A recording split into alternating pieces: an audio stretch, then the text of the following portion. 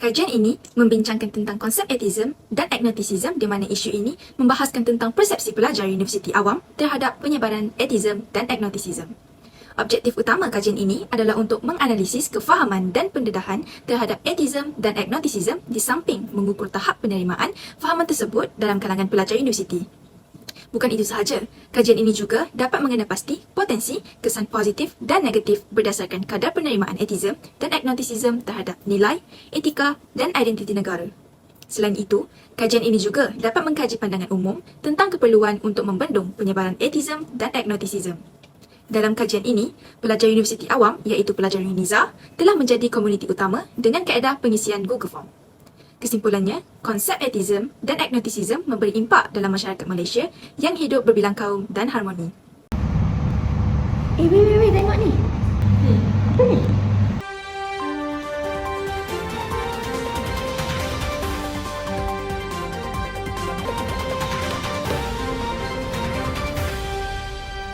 Assalamualaikum dan salam sejahtera. Salam Malaysia Madani. Hari ini, dunia digemparkan dengan fenomena aneh di mana warga Arab ramai-ramai memilih menjadi etis. Dalam kaji selidik melalui BBC International mencatatkan bahawa peratusan penduduk tidak beragama di Arab meningkat dari 8% pada tahun 2013 sehingga ke 13% pada tahun 2019. Kemudian, dalam kajian Iranian's Attitude Toward Religion 2020 mencatatkan bahawa 47% dari 40 respondents mengaku telah beralih dari beragama menjadi etis. Sementara di Turki, negara 99% penduduk Muslim mengalami peningkatan jumlah etis dalam kurun 10 tahun terakhir. Dalam laporan Lembaga Kaji Selidik Konda pada tahun 2019, menyatakan bahawa jumlah penduduk Turki yang mengaku menganut agama Islam telah turun dari 55% hingga ke 51%.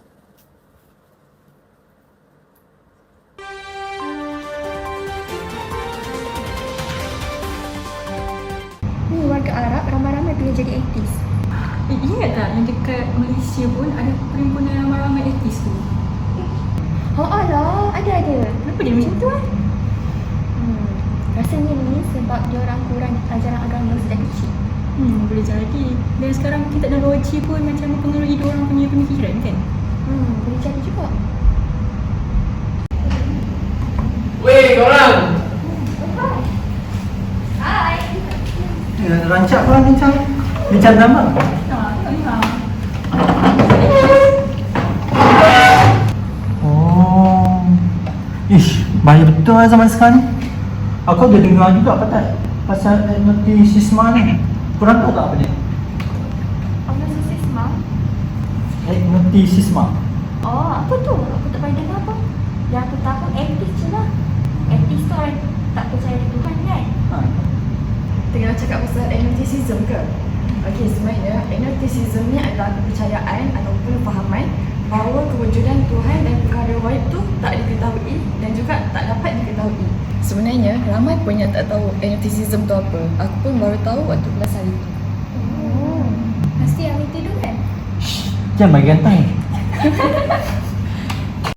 Korang rasa perlu ke ideologi ni dihapuskan? Aku rasa memang perlu. Saya setuju juga sebab ideologi ni dia akan memberi impak yang negatif terhadap masyarakat dan negara kita. Sebenarnya ideologi ni memberi kesan negatif terhadap individu, masyarakat dan juga negara tau. Antaranya Antara kesan negatif pegangan etism dan agnosticism pada diri sendiri adalah ketidakpuasan hidup dan dengki yang melampau terhadap apa sahaja yang tidak selaras dengan kehendak mereka. Jiwa remaja, terutamanya pelajar universiti, lebih sukaria daripada mengikuti hukum seperti dosa dan pahala. Mereka lebih mudah terpengaruh dengan ajakan gerakan etism ini.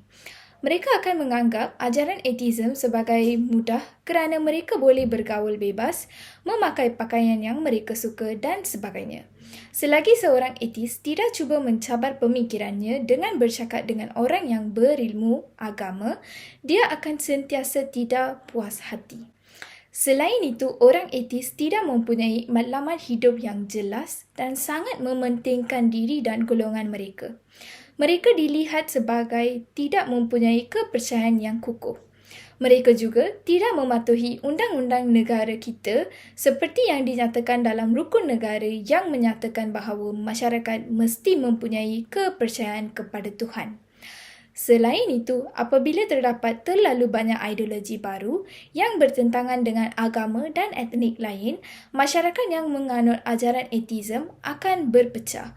Hal ini akan menyebabkan banyak kekeliruan dan salah faham yang akhirnya akan menyebabkan pergaduhan dalam komuniti. Apabila terdapat terlalu banyak ideologi yang bertentangan dengan moral dan agama, ia akan menyebabkan masalah dan memberi kesan kepada bidang ekonomi, politik dan sosial.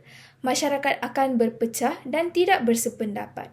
Hal ini mempunyai kesan negatif terhadap kemajuan negara.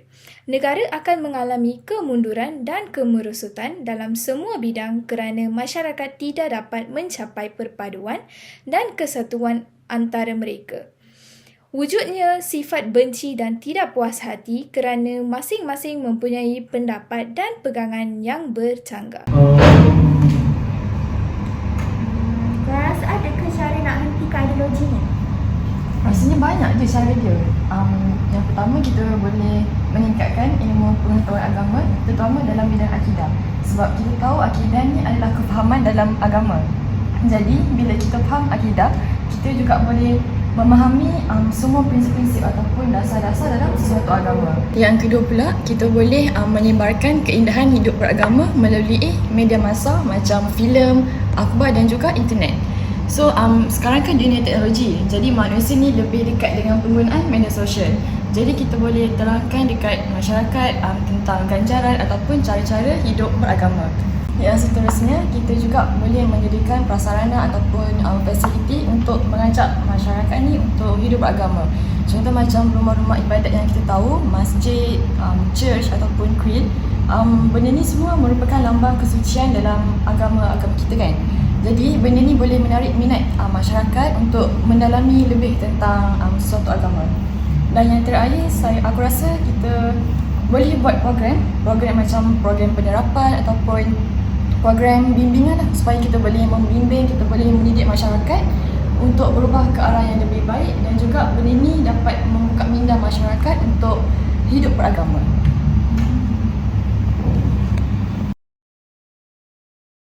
Assalamualaikum warahmatullahi wabarakatuh. Saya Muhammad Firdaus bin Azmi. Hari ini saya akan membentangkan hasil dapatan kajian kumpulan kami.